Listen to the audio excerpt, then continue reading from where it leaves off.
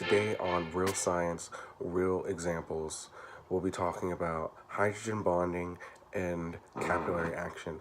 I, Calais, will be going over capillary action, but my co-host will be talking about hydrogen bonding. Let's give it her. Today I'll be talking about hydrogen bonding. The video educational goal for this video is that by the end of this video, the viewer of this video will be able to determine when hydrogen bonding can occur. There are 5 different non-covalent interactions: hydrogen bonding, dipole-dipole forces, London dispersion forces, ion-dipole interactions, and salt bridges. Although we will not be talking about all these, we will be talking about hydrogen bonding. First of all, we need to define non-covalent interactions. Non-covalent interactions are strictly made by the electrostatic attractions between molecules. Hydrogen bonding is quite simple. As we look at this diagram, we notice that it is simply an electrostatic attraction between the partial positive charged end of a polar bond to the negative charge of a lone pair of electrons on a very electronegative atom. We have other atoms bonded to an oxygen, nitrogen, or fluorine atom bonded to an hydrogen, having a very highly electrostatic force between the lone pair bonded to an oxygen, nitrogen, or fluorine bonded to other atoms. This can be seen throughout nature as we look at water. As we look at this next diagram, we see that the lone pair on the oxygens is going to have a very high attractive force to the hydrogen bonded to the oxygen with the lone pairs. This satisfies our rule that we discussed earlier. Because of the electrostatic force between the partial positive charge end, the polar bond, and the negative charge of the lone pair of the electrons on a very electronegative charge, hydrogen bonding can occur between the two atoms. Capillary action. What is capillary action? Well, capillary action is water from one area moving to another. But it's not as simple as that. Capillary action is moving from one area to another area without the help of gravity. Sometimes it's actually even going against gravity. For an example, we can think of water in the roots of a tree, right? So the roots absorb the water, and then it gets pushed up the trunk into the branches, and then finally into the leaves, right? Well, how does that happen?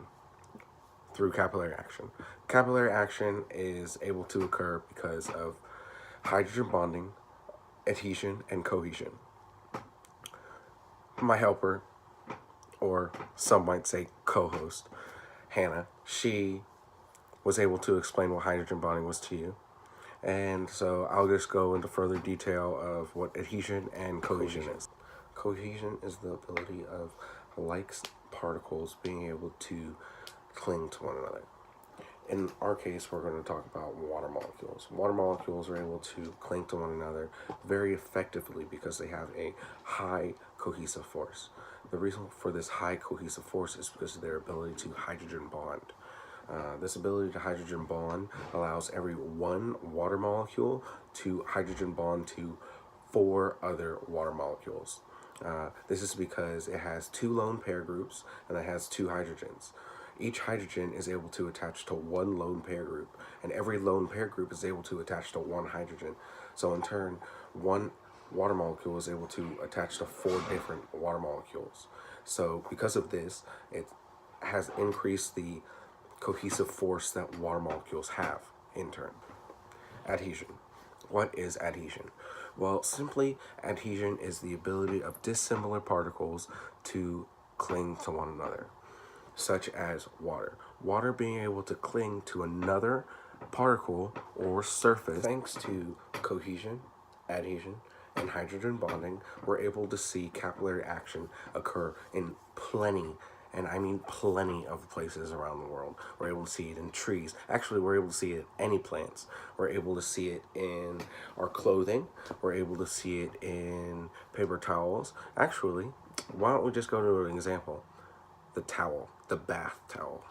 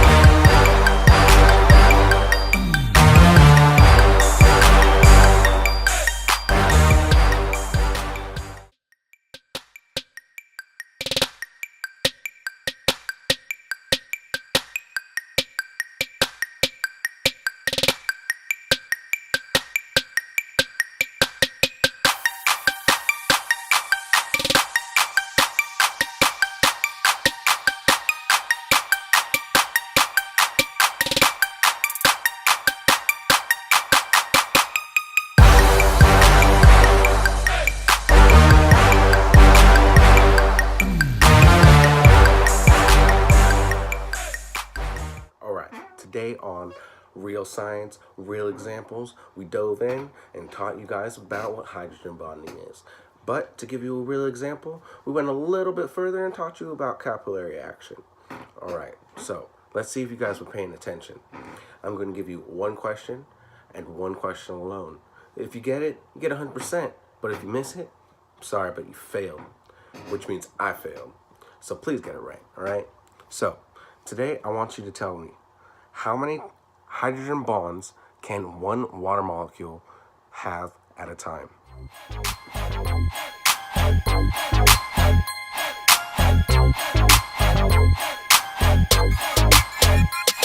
In the 8C.